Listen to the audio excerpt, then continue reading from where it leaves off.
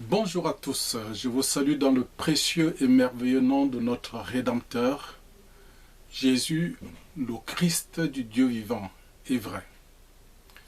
Je vous invite avant de commencer ce partage à prendre un temps de prière pour que le Père, que le Seigneur nous conduise par le Saint-Esprit, l'Esprit de vérité qui seul nous conduit dans toute la vérité. Prions ensemble. Tendre Père, nous bénissons ton Saint-Nom. Merci pour la grâce, Seigneur, que tu nous fais de nous retrouver, Seigneur, aujourd'hui pour partager, Seigneur, ta parole, pour chercher ta face. Tu es le Dieu vivant et vrai, riche en bonté et en miséricorde. Seigneur, nous courbons les fronts devant ta souveraineté. Nous te prions, Père, de prendre la direction de ces moments, alors que nous venons, Seigneur, comme des disciples, venez s'asseoir au pied du Seigneur Jésus, nous asseoir pour être instruits. Nous te prions de prendre la direction de ces moments. Je te prie, Seigneur, pour ton peuple et pour ma propre vie, que tous nous soyons attentifs pour recevoir de toi l'instruction, pour recevoir de toi, Seigneur, la patience, pour recevoir de toi la consolation et l'espérance. À toi seul, mon Père céleste, soit l'honneur, la louange, la puissance, la sagesse et la force, dans le beau et puissant nom de Jésus-Christ. Amen. Mon frère, ma soeur, mon ami, où que tu sois, je te souhaite la bienvenue. Soyons attentifs pour écouter ce que le Seigneur veut nous dire. Suivons le fil spirituel de la pensée du Seigneur. Avant de rentrer dans le vif du sujet, nous allons voir tout à l'heure dans le livre du prophète Ézéchiel, le chapitre 37, du verset 1er au verset 14. Mais avant d'y arriver, il m'a semblé bon de prendre quelques minutes pour rappeler quelques fondamentaux, quelques attributs de Dieu. La Bible que nous lisons, le nom Bible, nous vient du grec ancien biblion, qui veut dire livre, le livre. Pour nous protestants évangéliques, la Bible a 66 livres qui ont été retenus comme étant des livres canoniques. La Bible elle-même se nomme les Écritures. Elle est donc la parole du Dieu vivant et vrai, c'est-à-dire un Dieu agissant, un Dieu qui écoute, un Dieu qui agit. Il est notre Créateur et le Créateur de toutes choses. Ce Dieu dont parle la Bible, qui s'est révélé à l'humanité, est esprit. Il est 3 fois saint, il est amour, il est omnipotent, c'est-à-dire tout-puissant, il est omniscient, c'est-à-dire qu'il sait toutes choses, il est omniprésent, c'est-à-dire qu'il est partout. Il n'est pas sur toute nature ou sur tout objet, mais il est partout. Il est avec nous maintenant. Là où 2 ou 3 sont rassemblés en son nom, il est au milieu d'eux, dit-il. Ce Dieu est éternel. Il nous parle de plusieurs manières. Même quand il se montre sévère, c'est toujours avec plein de compassion, avec plein de compassion, avec bonté, avec miséricorde. Et il le fait pour nous ramener à lui. Il nous parle au travers de ce qu'il a fait dans la vie d'un homme, dans la vie d'une famille et dans la vie d'un peuple. Les Écritures, dans la Bible, nous enseignent que depuis toujours, ce Dieu vivant et vrai agit souverainement dans l'histoire de l'humanité et que lui seul peut changer les temps et les circonstances, nous révèle Daniel au chapitre 2, verset 21. L'apôtre Paul, qui a écrit la majorité des livres du Nouveau Testament, je disais tout à l'heure que la Bible a 66 livres pour nous les protestants, il y a donc 39 livres dans l'Ancien Testament et 27 plutôt dans le Nouveau Testament.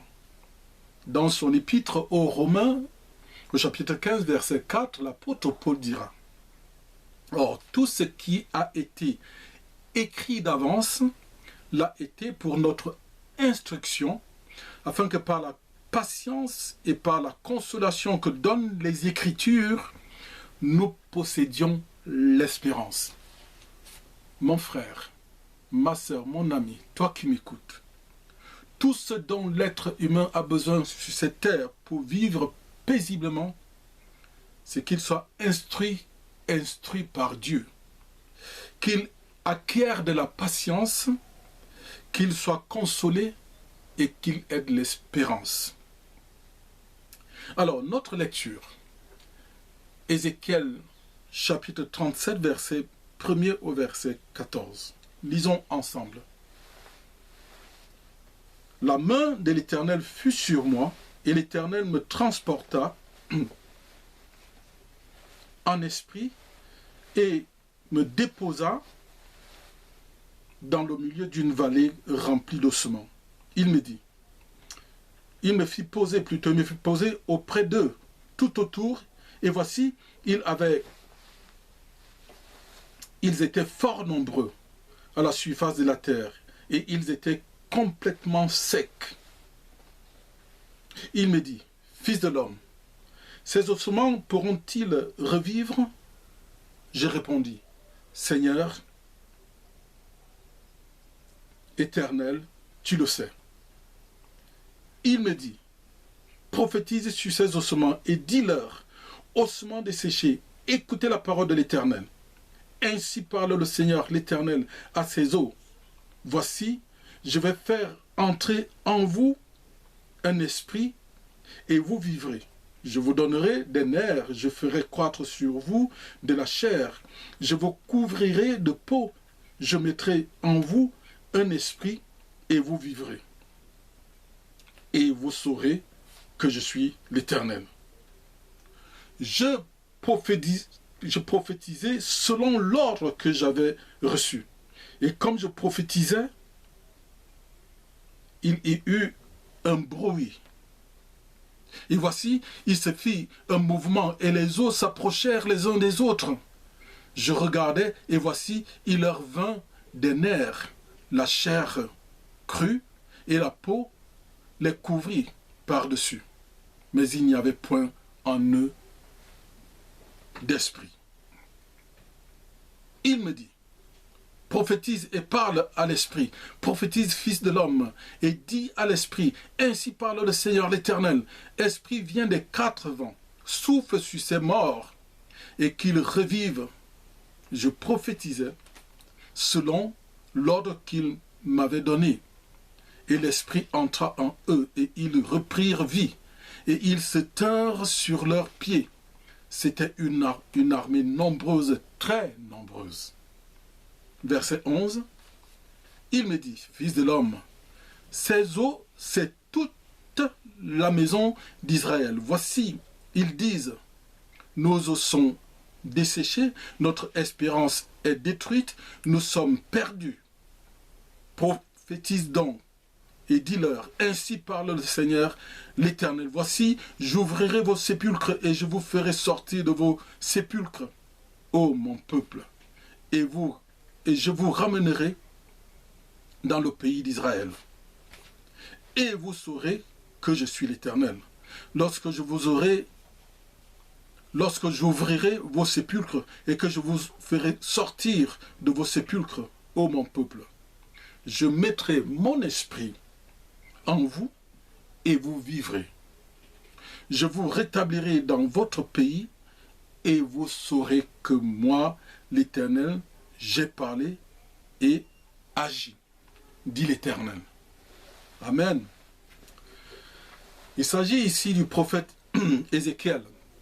Ézéchiel, comme Jérémie et Daniel, est appelé prophète de la captivité. En effet, conformément aux prophéties de Moïse, on remonte à l'Ancien Testament, à la Genèse même, et du prophète Jérémie, que Ézéchiel a connu, certainement, Et donc, conformément à ces deux prophéties, à cause de la désobéissance à Dieu, Juda dont il était issu fut déporté à Babylone, c'est-à-dire l'Irak actuel, par un certain Nabuchodonosor ou Nabucodonosor, environ 597 avant notre ère, donc avant Jésus-Christ. Ézéchiel était issu d'une famille sacerdotale. Il était destiné à devenir prêtre dès ses 30 ans, c'est-à-dire sacrificateur dans le temple de Jérusalem. Mais voilà, il a été déporté avec les autres. Et il semble alors que son appel est compromis. Non. Paul de nouveau nous dit, en Romains 11, 29, Dieu ne se répand pas de ses dons, ni de son appel. Dieu ne se répand pas de ses dons et de son appel. Quand Dieu te donne, il ne reprend pas ce qu'il t'a donné. Quand il t'a appelé pour le servir dans un domaine particulier. Alors, qu'est-ce que nous pouvons dire? Si nous prenons le chapitre 1er de ce livre d'Ézéchiel, nous allons voir que le livre commence par ces paroles. La 30e année, le 50e jour du 4e mois, comme j'étais parmi les captifs du fleuve de Kébar, les cieux s'ouvrirent et j'eus des visions divines. Le 5e jour du mois, c'était la 5e année de la captivité du roi Joachim.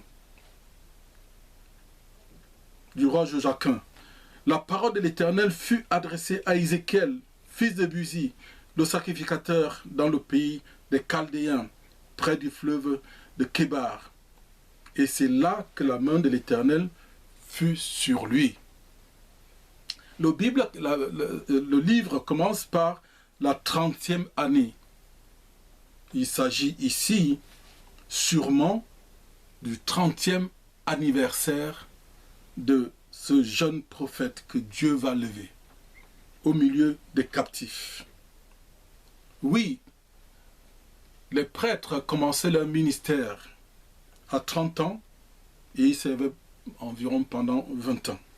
Sache-le, mon frère, ma soeur, mon ami, captivité ou pas captivité, confinement ou pas confinement, Dieu reste fidèle à lui-même et fera de toi ce qu'il a résolu de faire de toi. Il t'appelle à le servir et il fera en sorte que tu rentres dans le ministère pour lequel il t'a appelé. Alors, ces temps de confinement, voilà des temps propices pour chercher davantage sa face.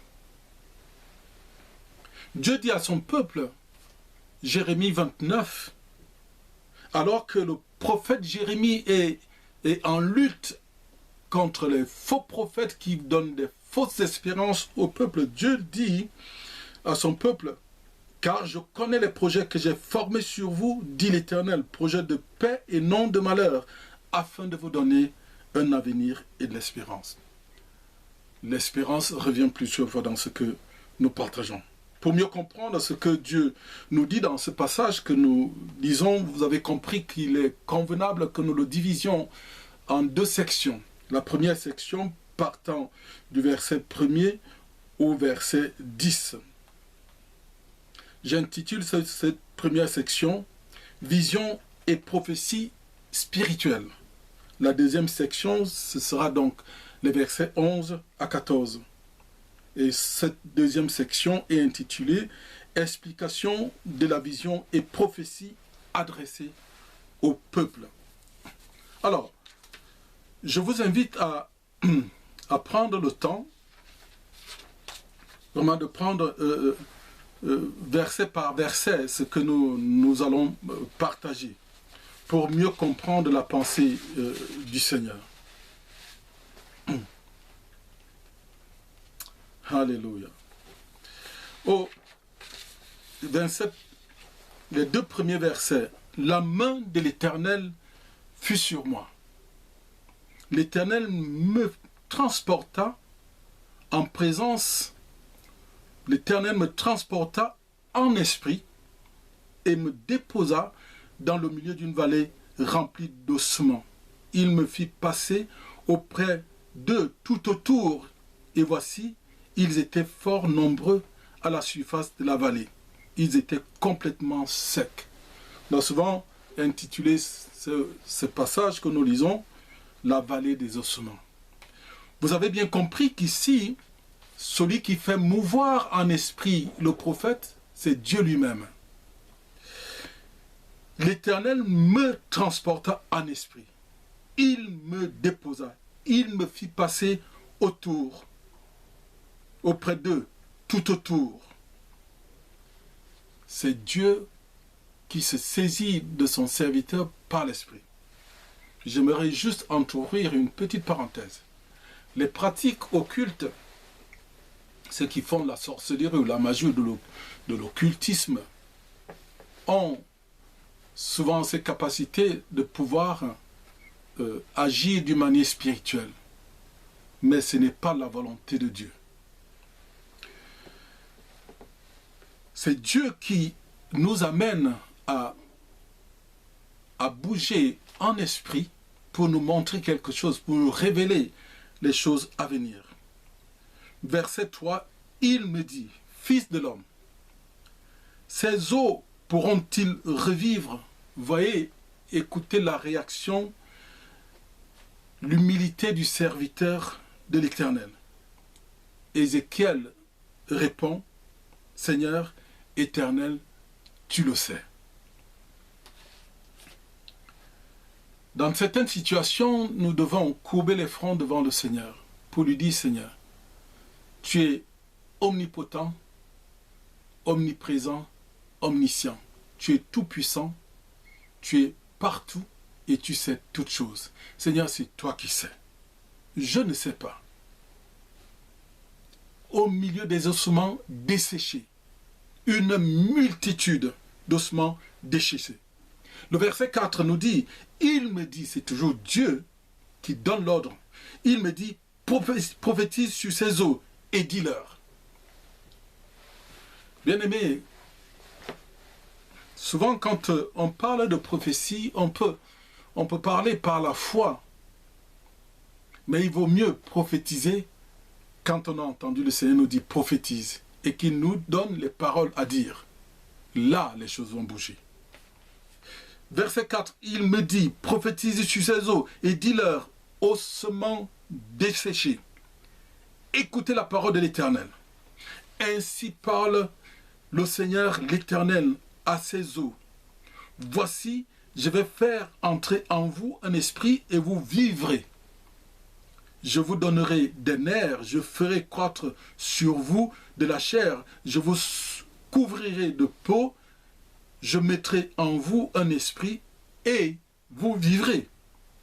Et vous saurez, vous ossements, et vous saurez que je suis l'Éternel.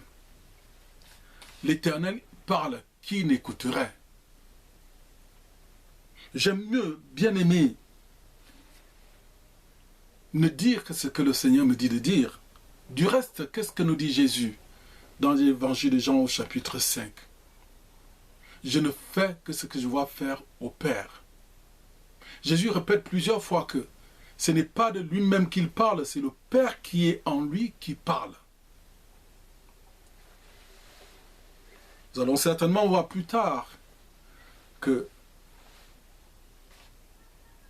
le Saint-Esprit vit en nous, puisque Jésus a dit, je ne vous laisserai pas orphelins, je vous enverrai l'autre consolateur, l'Esprit de vérité, que le monde ne connaît pas, qui demeure éternellement avec vous, qui demeurera éternellement avec vous et qui vivra en vous. Au point où nous en sommes, apprenons à écouter le Saint-Esprit pour ne dire que ce qu'il nous dit de dire. Autrement dit, s'il n'a pas parlé, ne parlons pas pour ne rien dire. Quand Dieu parle, il agit. Sa parole est vie et esprit. Elle est créatrice. On peut retourner à la Genèse. Dieu dit que la lumière soit, la lumière fut. Les astres, la lune obéissent toujours à la parole. Au commencement était la parole était avec Dieu, la parole était Dieu. Toutes choses ont été créées par elle. Jésus-Christ est la parole incarnée. Toutes choses ont été créées par lui.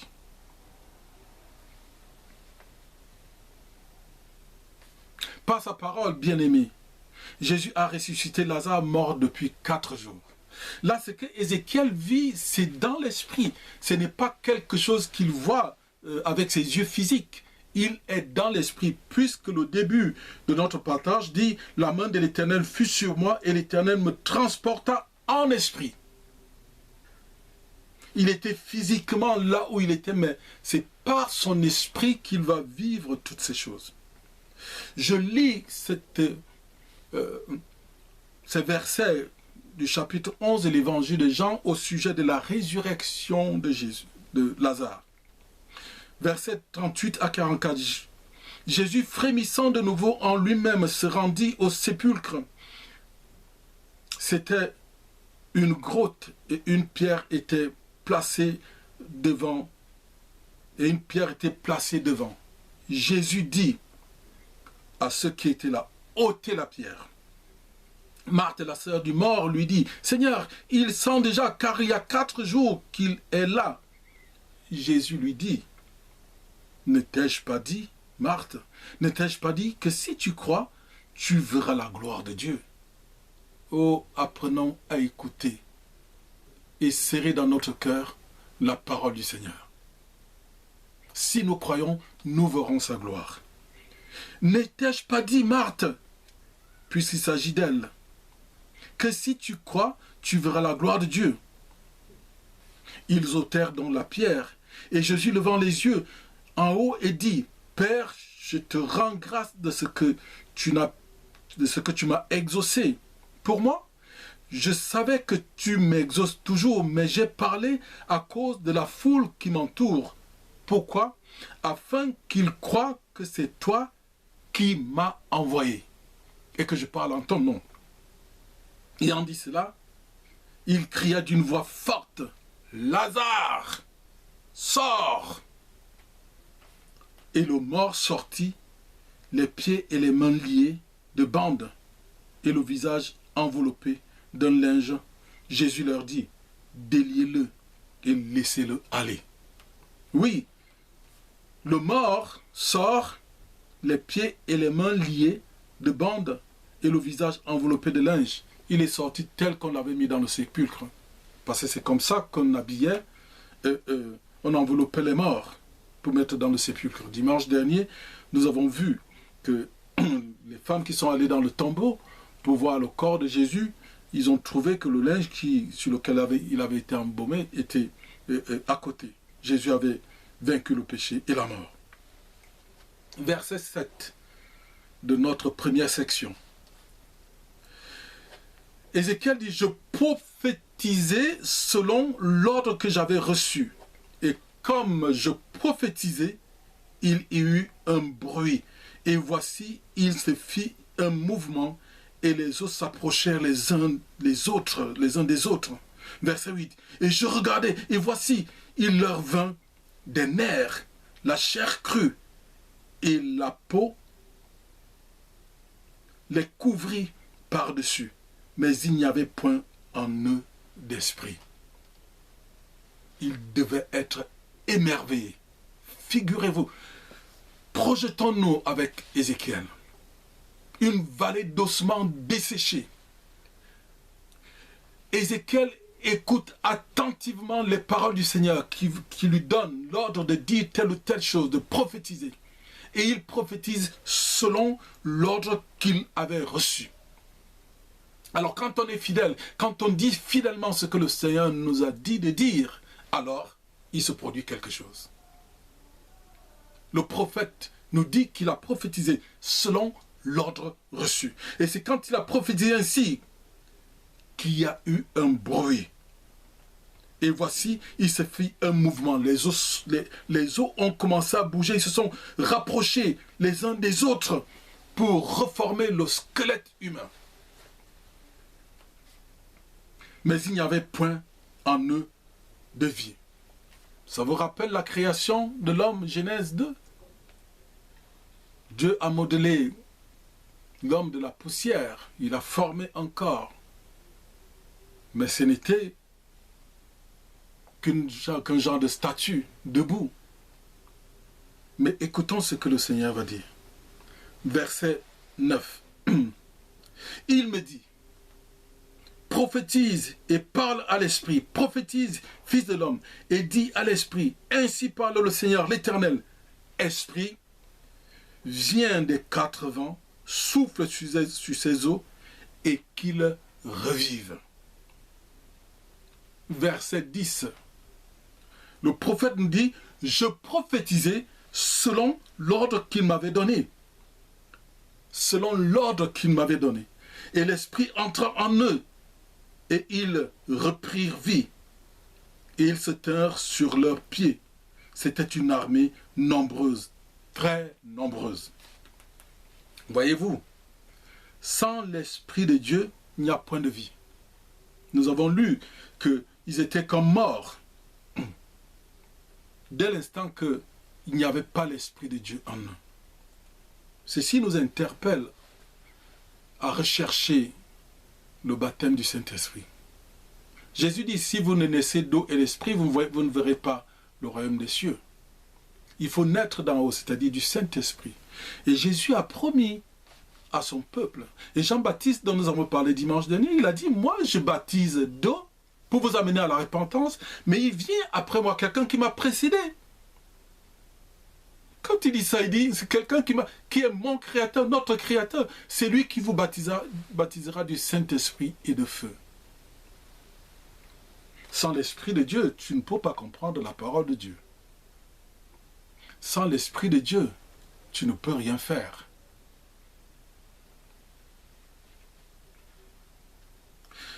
L'Éternel me transporta un esprit. L'Éternel me dit,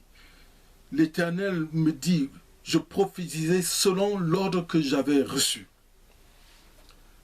Passons à la deuxième section, bien-aimés. La deuxième section, c'est donc l'explication. C'est Dieu lui-même qui va donner l'explication à son serviteur de ce qu'il vient de vivre en esprit. Je vous avoue que j'ai entendu plusieurs serviteurs prêcher sur ce passage et le Seigneur a attiré mon attention sur le fait que beaucoup s'arrêtaient sur la première section. C'est vrai que là, il y a une démonstration de la puissance de Dieu, mais est-ce que, en ne prenant que cette première section, nous allons comprendre ce que le Seigneur veut nous enseigner? Le prophète a vécu quelque chose d'extraordinaire en esprit, et ça va, si vous me permettez le terme, ça va le doper pour prophétiser le peuple, pour annoncer au peuple la parole de Dieu. Notre Dieu est omniscient et miséricordieux. Pourquoi je dis ça? Parce que voici l'explication que l'Éternel donne à son serviteur. Verset 11. Il me dit, fils de l'homme, ces eaux, c'est toute la maison d'Israël. Alléluia. Ce que je viens de te faire vivre en esprit va prendre forme au niveau de mon peuple. Écoutez bien, bien-aimés. Je reprends le verset 11. Il me dit, fils de l'homme, ces eaux, c'est toute la maison d'Israël. Soulignez dans vos Bibles. Voici, ils disent. Ce peuple qui est dispersé en captivité, je répète ce qu'est notre Dieu. Nous avons cité juste quelques attributs de Dieu. Il est omniscient, omnipotent et omniprésent. Il sait toutes choses, il est tout-puissant et il est partout. Nul ne peut se cacher devant sa face. Ce que tu murmures dans ton cœur, Dieu le sait. Quand tu es couché dans ta chambre, tu pries, Dieu le sait. Jésus a dit, quand vous priez, rentrez dans votre chambre, fermez-la et priez, et votre Père qui voit dans le secret vous le rendra. La chambre peut être une chambre à coucher, où tu te mets à genoux. Tu peux te renfermer dans ton cœur et prier dans ton cœur. Dieu entend. Voici, ils disent 3 choses dans ce verset 11. Ils disent, nos os sont desséchés. Notre espérance est détruite. Nous sommes perdus. Maintenant, nous pouvons comprendre pourquoi Dieu amène Ézéchiel dans cette vallée d'ossements desséchés. Parce que le peuple dit, nos os sont desséchés. Pourtant, ils ne sont pas morts. Mais c'est une expression pour dire que nous sommes comme des morts maintenant. Notre espérance est détruite. Bien-aimés, quand on n'a pas d'espérance, alors on est soumis à toutes sortes de choses qui peuvent nous embarquer. On devient la proie de l'ennemi. Nous sommes perdus, disent-ils. Verset 12. Alors le Seigneur va dire à son prophète, j'ai entendu ce qu'ils disent.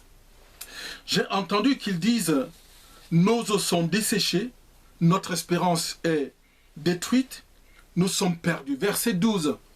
Prophétise donc et dis-leur. Maintenant, ce n'est plus dans l'esprit. La vision spirituelle, la prophétie spirituelle est finie. Maintenant, le prophète va exercer son ministère devant le peuple, auprès du peuple. Et le Seigneur lui dit, prophétise donc et dis-leur. Ainsi parle le Seigneur l'Éternel. Voici, j'ouvrirai vos sépulcres, je vous ferai sortir de vos sépulcres, ô mon peuple. Et je vous ramènerai dans le pays d'Israël. Alors là, il faut mentionner la prophétie du prophète Jérémie. Jérémie a prophétisé 2 fois par rapport à la durée de la captivité, au chapitre 25 de son livre, au verset 11, et puis au chapitre 29, au verset 10, face aux faux prophètes qui disaient « Oui, l'Éternel va nous ramener dans 2 jours, il va faire telle chose. » Jérémie leur a dit « Vous n'avez jamais siégé au conseil de l'Éternel. Voici ce que dit l'Éternel. Ainsi parle l'Éternel. Il faudra 70 ans avant votre retour. »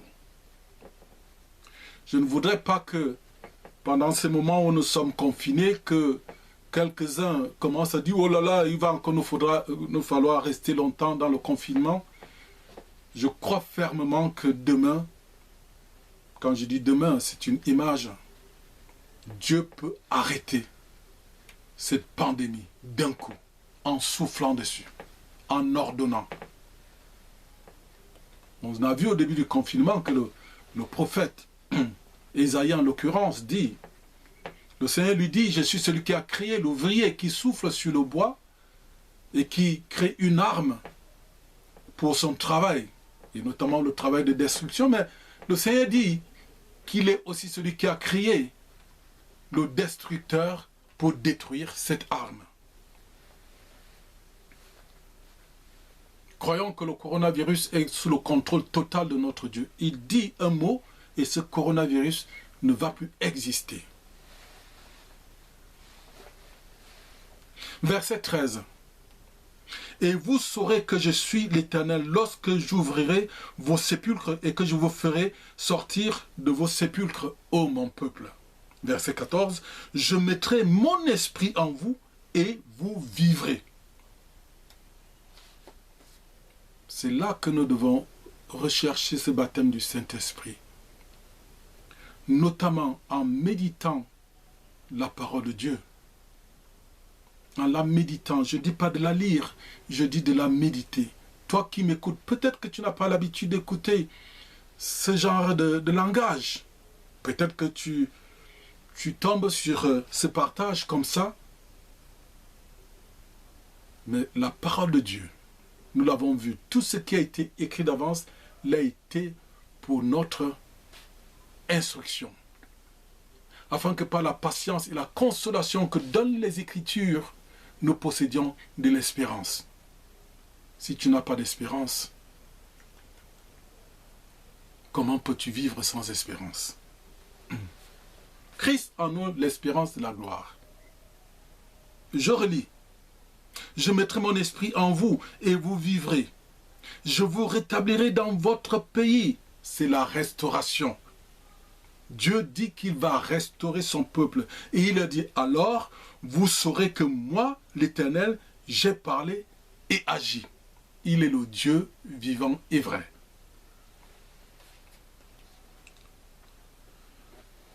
Pour finir, bien-aimés, comme ce Dieu vivant et vrai a agi en faveur de son peuple qui était en exil et qui se disait « Nous sommes desséchés, notre espérance est détruite, nous sommes perdus », Dieu a entendu leur lamentation, leur cri, et il a envoyé son prophète parler à son peuple.